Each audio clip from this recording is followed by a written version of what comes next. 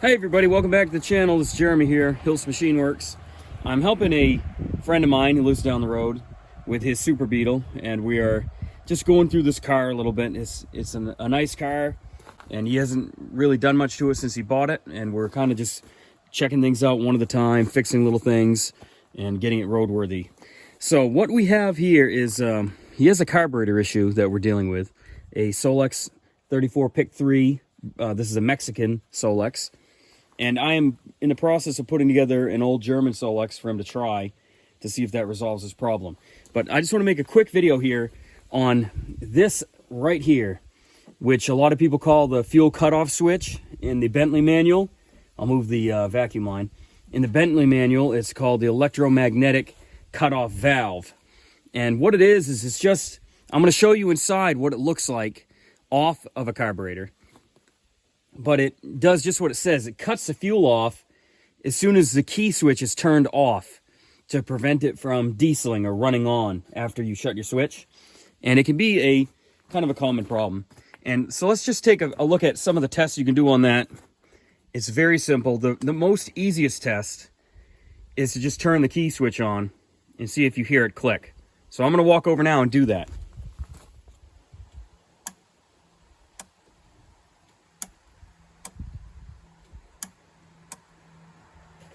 And I did that 3 times, and you could hear the click fairly audibly every one of those times. Let's go inside.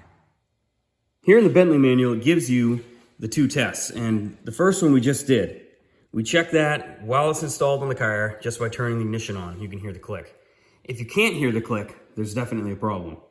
If you can hear the click, it's probably fine, but you can also test it off of the carburetor just to make sure. And we're going to do that now. So basically, we're going to unscrew the electromagnetic cutoff valve from a carburetor, and we're going to bench test it. Here we have a carburetor off the car, and you can see that the switch, or the valve, is right here, the electromagnetic cutoff valve. And if you have a carburetor that's missing one, this is where you'll find it here. So if you were looking at the carburetor at the rear of the vehicle, staring straight at it, it's going to be on the driver's side. And before we go too much further, I just want to say there are other styles of this. We're looking right now at the 34 Pict 3 carburetor. And some of the earlier carburetors, they have this style, which is actually connected to the idle jet, which would be on the passenger side of the carburetor. So if you have an earlier Solex carburetor, you may have this one, and it's a little bit different, and you won't be able to test it the way I'm going to show you now. For the earlier ones, you can still test them, but it won't look the same, because it doesn't have this little plunger on it. It's connected directly to the idle jet. So I would refer you to the first test we did, the click test, or if you take it off and take it apart, you can look at it. So to test one of these on the bench, I have 3 of them here. These are all 3 German-made, original electromagnetic cutoff valves. And I just unscrewed this one from a carburetor. This is a known bad one that I have. The plunger will not move, it's stuck. So if you take one off, you don't hear a click and you remove it, and you find that this is stuck, that's a problem.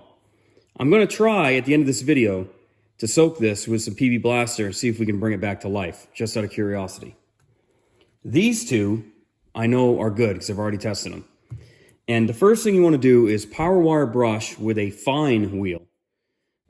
The threads, or somewhere that you can get an alligator clip on to ground out the electromagnetic cutoff valve, because that's how we're going to have to test it. We're going to ground it out here on the body, and then we're going to connect power to the terminal for that you hook up to the coil. So let's do that now. I'm hooking the ground terminal just to the body, and now I'm going to touch the positive terminal to where you connect your wire to the coil. You see that move? That is what you're here. That's what's happening when you hear the click noise when you do the test on the car. So this one is good. Now, if you go back to the Bentley manual that we just looked at, it will tell you that sometimes a good one won't retract unless you put very slight finger pressure here. See that? I'm barely even touching it.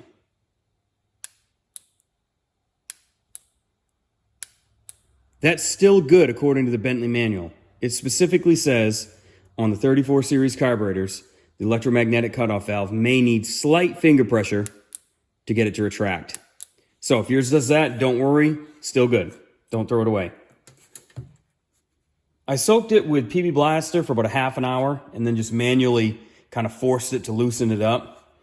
And then I used compressed air to blow out the cavity. And it does move now. However, I want to show you the difference. Okay, see, it's still, technically it passes the test. It moves. However, look how slowly that it comes back out. Compared to a known good one.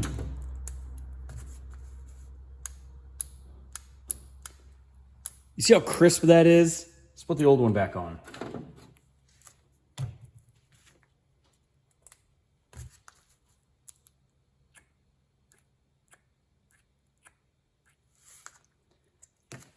I would not use this one. I'm still going to save it because I don't throw out any of my German parts. I keep them in bins.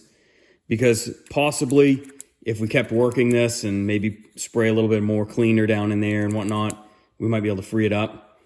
But I'll probably put a little tag on it that says sticky and put it in my parts bin. But I would not use that. This would not be a go-to choice on a car. So I hope this video has been helpful to you to test your electromagnetic cutoff valves. Let me know in the comments what you think of this video. If there's any other carburetor videos that would be helpful to you with air-cooled Volkswagen. Thank you for watching. Please subscribe below. And if you need to contact us for any of your projects, you can do so at facebook.com/Hiltz Machine or Hiltz Machine on LinkedIn. We also have an Instagram, Hiltz Machine Works. Thank you.